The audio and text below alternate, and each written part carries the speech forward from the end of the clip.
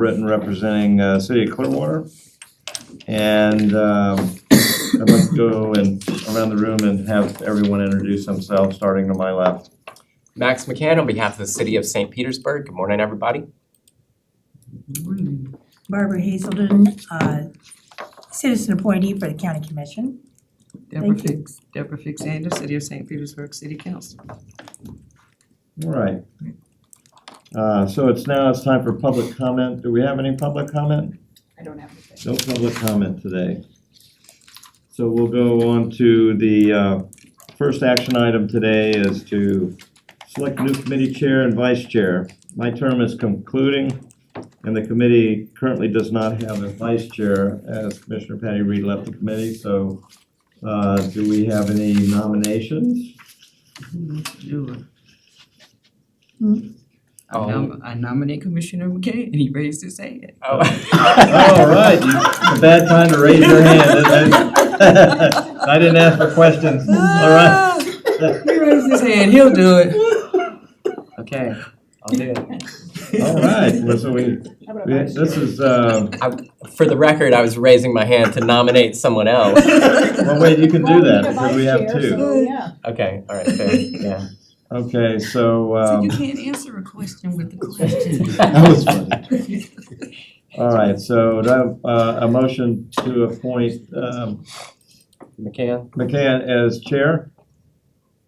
So moved. Second? We got a motion, a second, all in favor? Aye. Aye. Okay, now, did you want to nominate somebody for vice chair? Yes, I'd like to nominate Commissioner Hazelton to vice chair. Okay. All right. Do we have a motion? Well, you've made the motion to appoint her. Do I have a second? Do you accept? Okay. Okay. Oh, And a like second, it. okay. Easy peasy. All right, do I have everyone in favor? Aye. Vote Aye. Yes. Aye. Good. Well, welcome aboard, everyone. Thank you. No, do I just go ahead and hand over my, Yeah. I'll go ahead and finish the meeting and then Oh, do you want to? you can start on the next That's meeting. good, okay. Okay. All right, so second item is to approve the February 18th, 2026 minutes. Do I have a motion? Motion to approve. Second. Motion and a second, all in favor? Aye. Unanimous? Okay, and 3C, we've got the strategic plan with Trish Collins. PSTA's Director of HR will present a new strategic plan for the agency. Good morning, everyone. Good morning. Morning. Morning. We have copies of our proposed strategic plan for you. Of course, these are also in your packet. Is this the one from last week? It is, yes, Oh, ma'am. okay.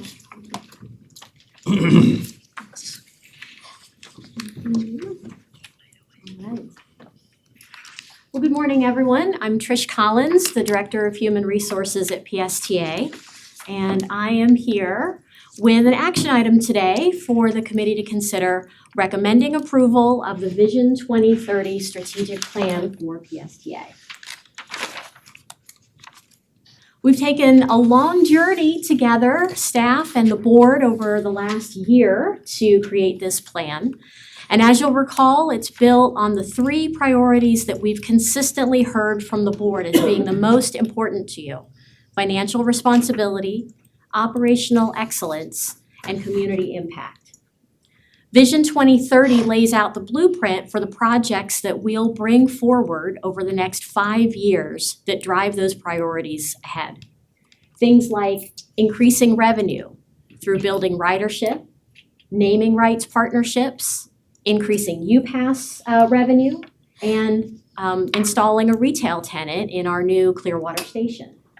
It includes projects like internal policy development and financial analysis to help increase efficiencies, safety investments like in-vehicle AI cameras to help reduce collisions, and service enhancements that align with county priorities like the Alt-19 premium transit service, and as we heard in the Finance Committee a few minutes ago, express service using the new FDOT express lanes from downtown St. Pete to Tampa International Airport. All of the projects proposed in this plan for 2026, for FY '26, are already fully funded. And in the rest of the plan, half of the projects have no cost at all, and many others are designed to reduce costs. However, the Board of Directors will always have the final say about what moves forward. The plan presented to you this month is a critical guidance document for our staff efforts and other required planning, such as the state DOT required Transit Development Plan, or TDP, that you'll be hearing about from Nicole Dufa soon.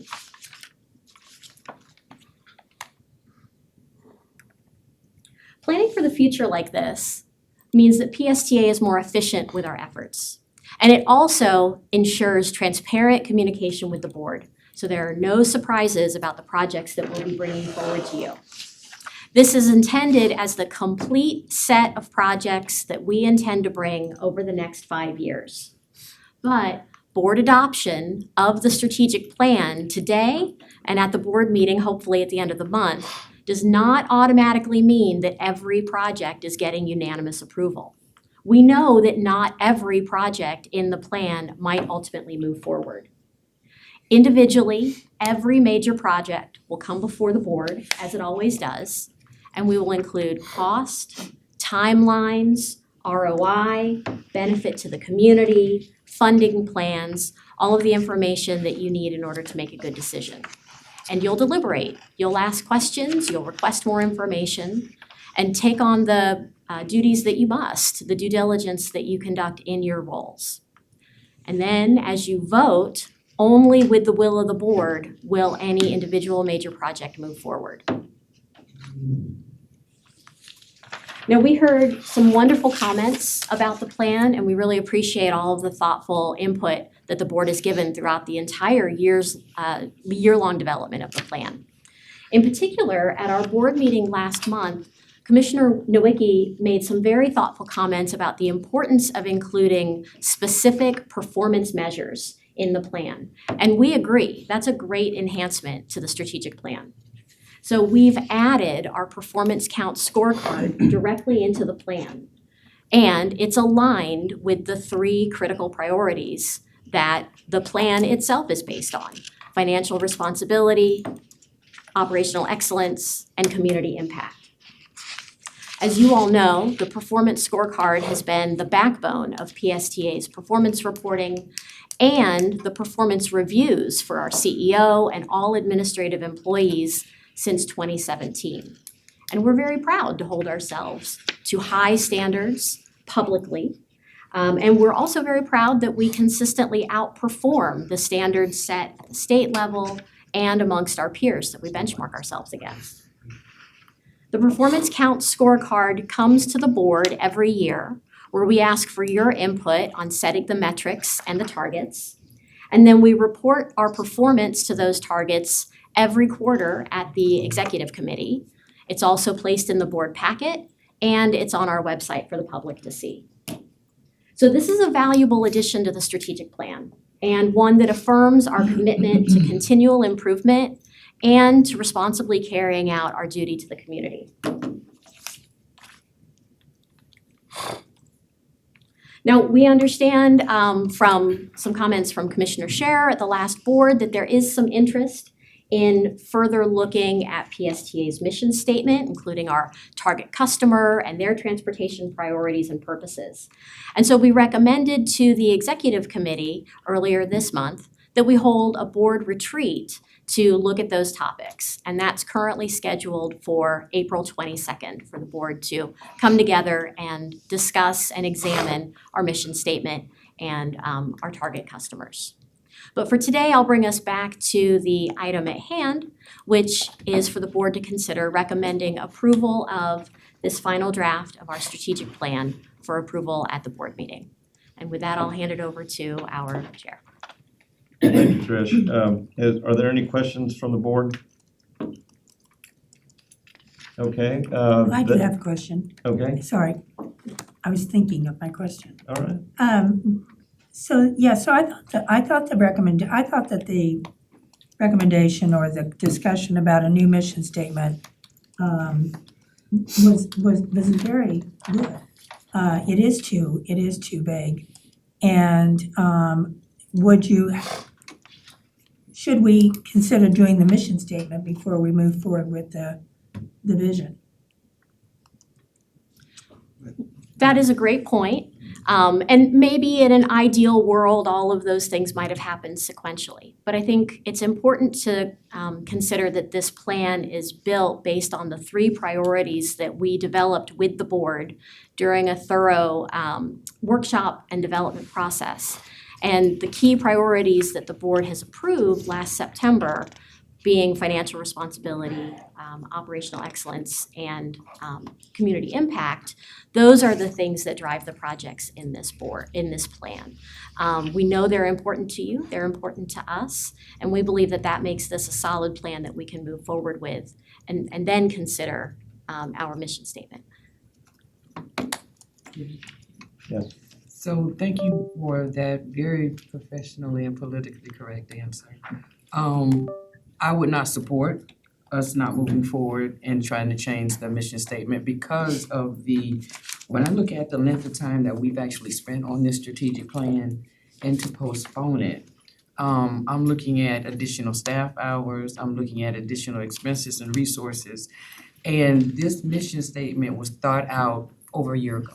And we've been operating on the same mission statement we've met, how many, 2-3 workshops? Yes, ma'am. We've met several times to talk about the strategic plan. It was never brought up. So every time someone and as a matter of fact, a couple of the commissioners that brought it up could have come to the strategic plan explanation and did not show up. We don't have to discuss business during board meetings. Everybody is invited to come to committee meetings. So I would not support postponing the vote on this. Of course, everyone has their own vote. But when I look at strategically, that doesn't make sense to me. Because when you have invested as much time and effort in staff time when it has been out there for a year, longer than that, no one is prohibited from making changes between meetings. If you're seeing something and you want to make a recommendation to a change, then you can do that. You can absolutely do that. But I want to thank Trish and the other staff, because we went over all of that more than once, several times, and nothing was brought forward then. And then we want to conduct a committee meeting during a board meeting. So I also applaud, recommend, and concur about looking at it going forward. And also, this strategic plan is still fluid.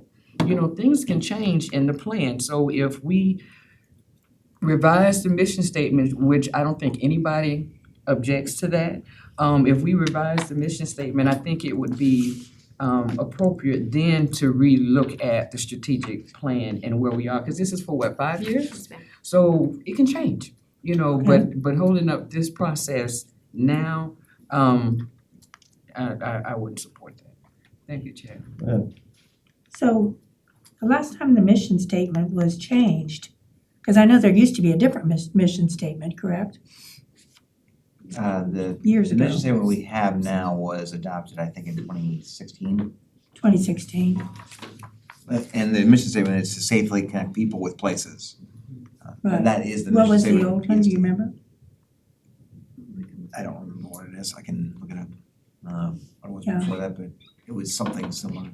Let's see. Well, it was more detailed, More wordy, more wordy. yeah. Yeah, So it was more detailed. It Did somebody was. say something, they know what it is?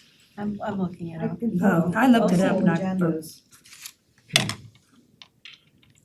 Well, at the time, we had a consultant, the board voted on it. At the time, there was an idea to have a short, sweet, concise mission statement to define what the goal of the whole agency purpose is.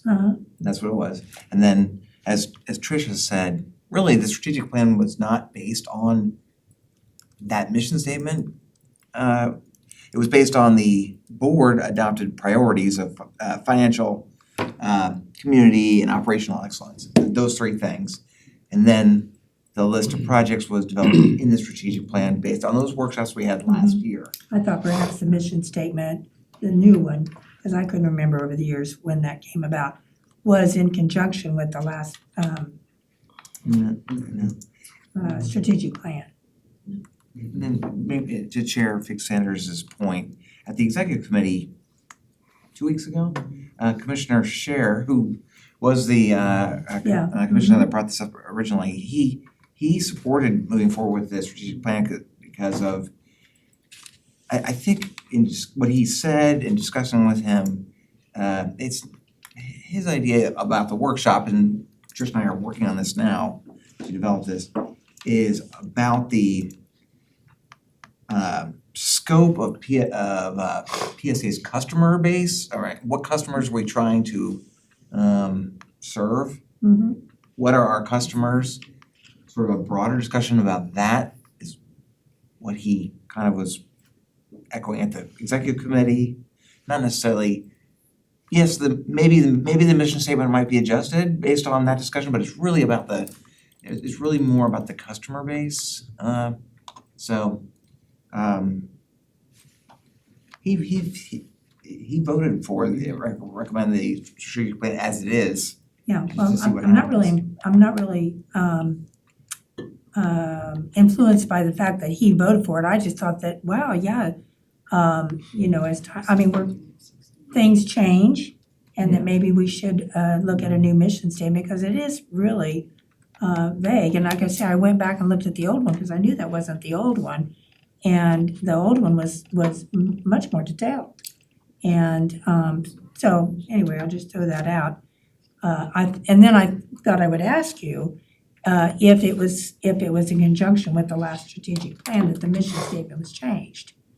And you're saying no, it wasn't.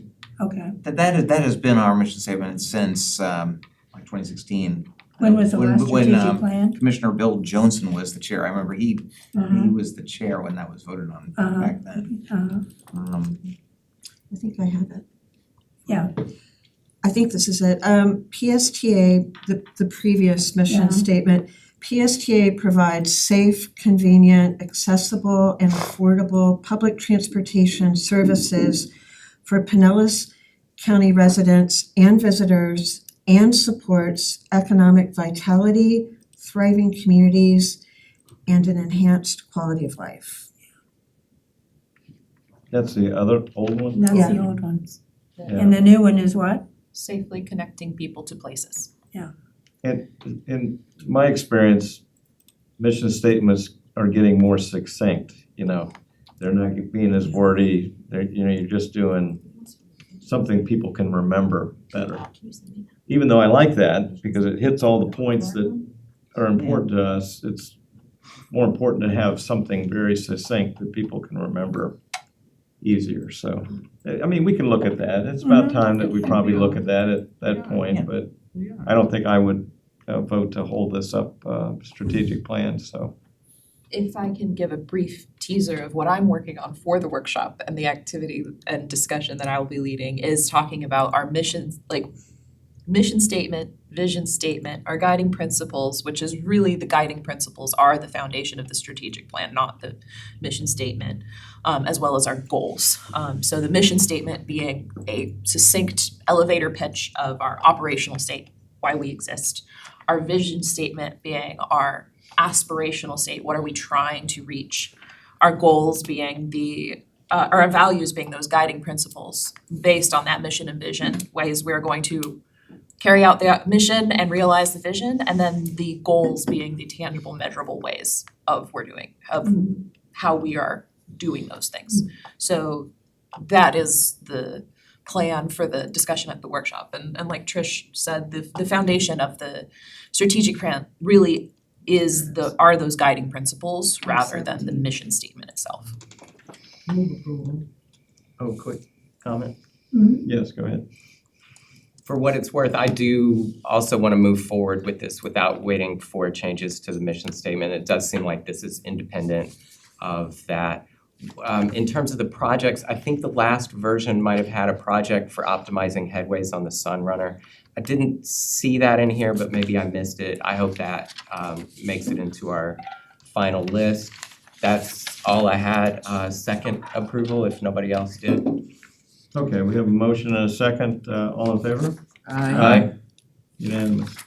Thank you, Trish. do Thank have a quick question though for Trish. Yes. On Commissioner McCann's question, is this not the Sunrun Corridor economic impact? Would that provide the information that he's looking for?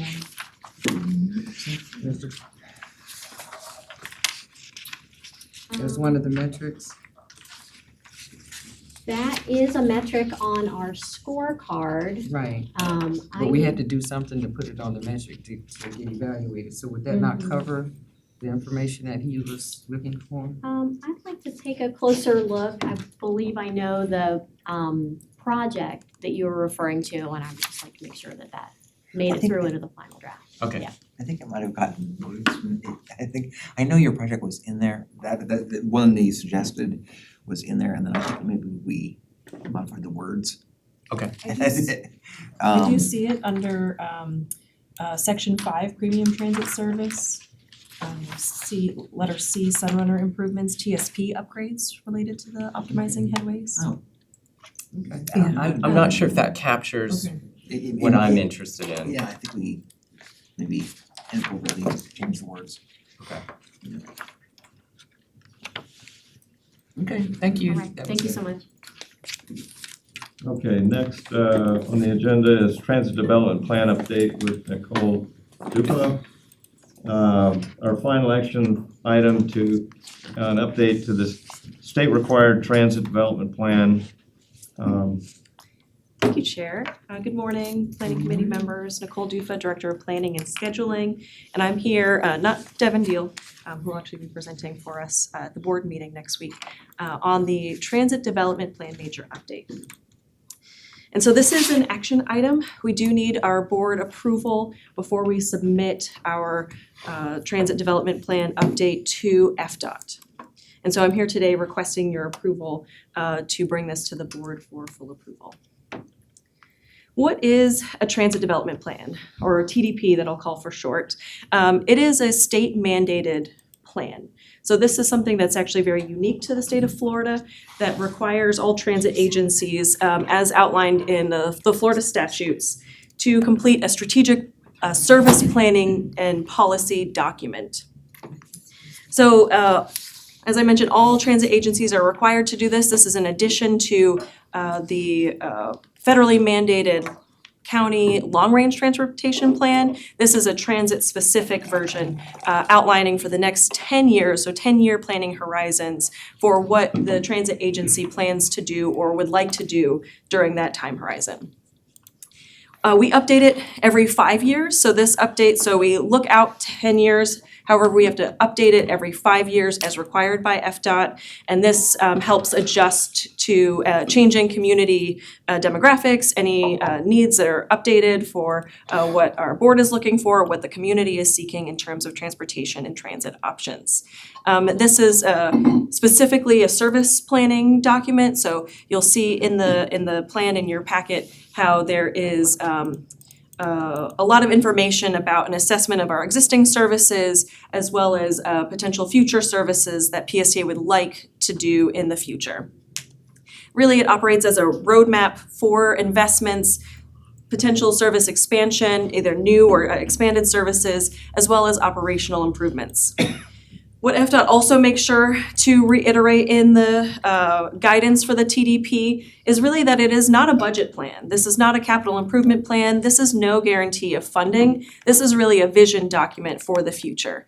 And so we understand, similar to how Trish mentioned in the strategic plan, that not every project listed in the TDP would be automatically funded.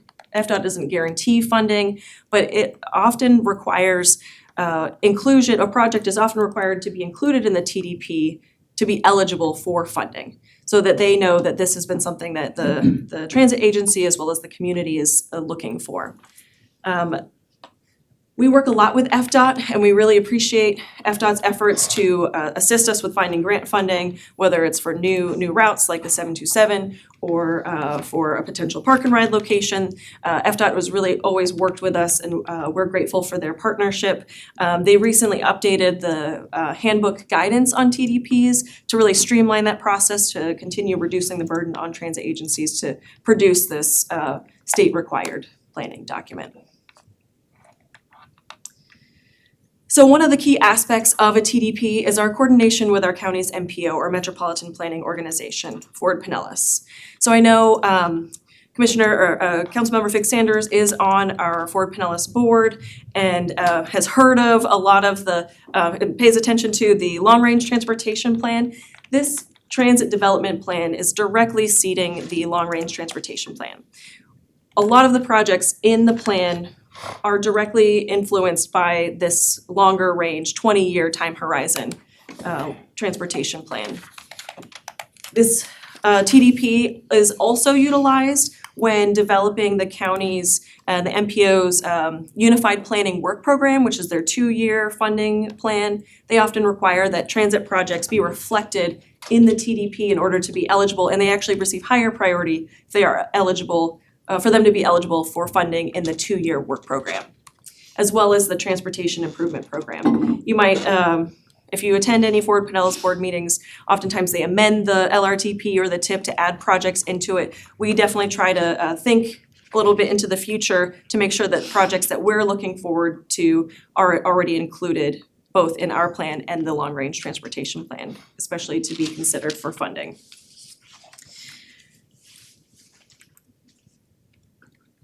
So what is the difference between the LRTP, the Long Range Transportation Plan, PSTA's own strategic plan, as well as the TDP? All of them are strategic planning documents. As Trish has been presenting to you the last several months, the PSTA strategic plan is a much shorter time horizon, immediate goals, projects that PSTA would like to complete in the next 5 years. And so we're really looking, and it's setting targets. We're using performance measurements to ensure that we're reaching these goals that we've set for ourselves. Throughout this strategic plan process, we've really ensured that everything from the strategic plan can be folded into the TDP. Because the TDP is looking 10 years out, everything from PSTA strategic plan, specifically as it's related to service planning, is incorporated into the TDP. The TDP goes beyond what the strategic plan covers because it does an operational assessment of PSTA services. It also looks at the larger context of the county, doing a land use assessment and corridor assessment, and making sure that there's potential growth in terms of ridership. There's a demand estimation component of the TDP that you could see on page, I think it's 85. You can start looking at some of the information that goes into ridership estimation for potential services and really taking into context that land use aspect as well. And then the other component of the TDP is that synergy with the long-range transportation plan.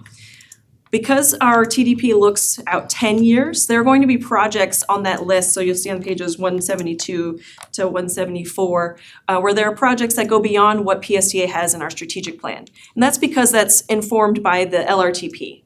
They're looking out 20 years, and we want to make sure Ford Pinellas and the county are looking at transportation improvements beyond our 5-year time horizon, and we want to make sure that we're planning for those improvements in our 10-year time horizon. So you'll really see how, if you look at the LRTP in conjunction with our TDP, there are projects in our plan because the county has prioritized those as well. And the long-range transportation plan does a really robust public engagement plan, public involvement input. They go throughout the entire county talking about transportation projects and needs. And so that's another key component of the TDP, is making sure that these projects are publicly desired. For this year's major update, we really, because we just did a system redesign, a lot of the foundation of the data that we used was developed through our community bus plan process that then formed our new connected community bus network. There's a countywide demographic analysis. You'll see how those corridor improvements are really focused on those longer term corridor improvements. And also is a part of the plan, because we were developing this in tandem with the strategic plan, the board priorities played a key role. We're looking at how do we increase ridership, how are we increasing efficiency, fare box recovery, as well as our economic impact. And so with that, this is an update that is required by the state for us to receive our state grant funding from FDOT, which does make up about 8% of our budget. And so it's about $8 million that we definitely want to make sure that we have. And it'll be due to FDOT after approval from the board. However, if there are any comments or questions or anything that you would like to see updated in the plan, we would be happy to make those edits ahead of our submission to FDOT. And with that, I'm seeking your approval to move this forward to our board meeting and welcome any questions. All right, thank you. Any questions from board members? Move approval. Second. So I have a motion and a second. All those in favor? Unanimous. Wonderful. Thank you. Thank you.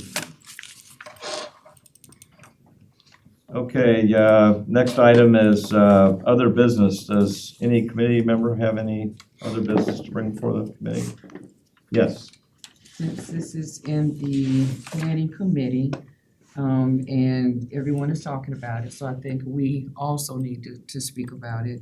SB 1134, because we are tax funded, and we have been known to support, let me read the bill to you. So I think we just need to start preparing as an organization. As of March 10th, 2026, the Florida legislature passed SB 1134, a bill prohibiting local government, city and counties from funding, supporting, or promoting diversity, equity, and inclusion initiatives.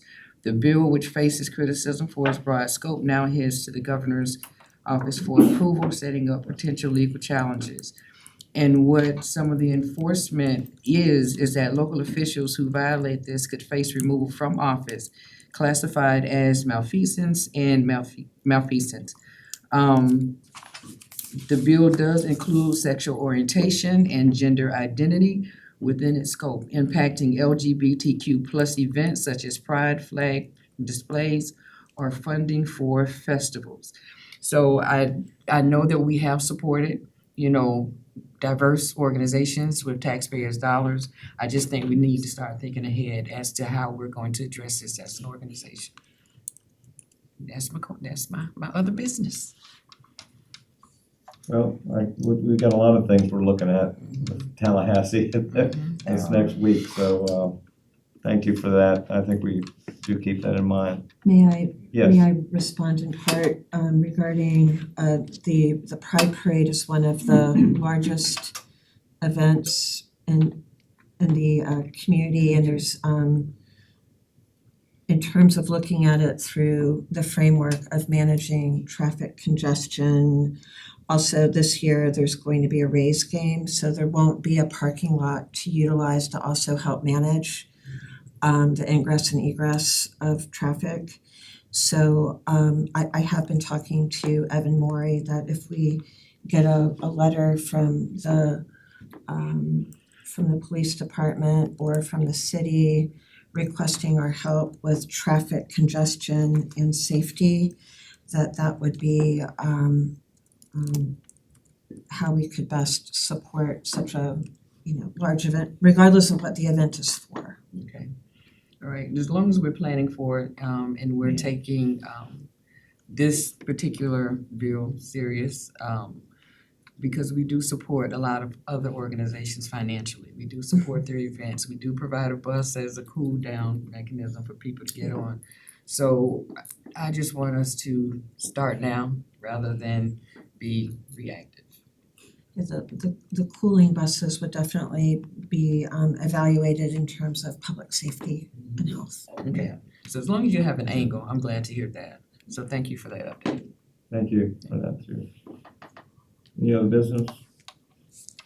All right, our next meeting is April 22nd at 10:30 a.m. This meeting is adjourned. Thank you. Great As, job, Chair, as and Tricia noted, congratulations for your last meeting. sure thing.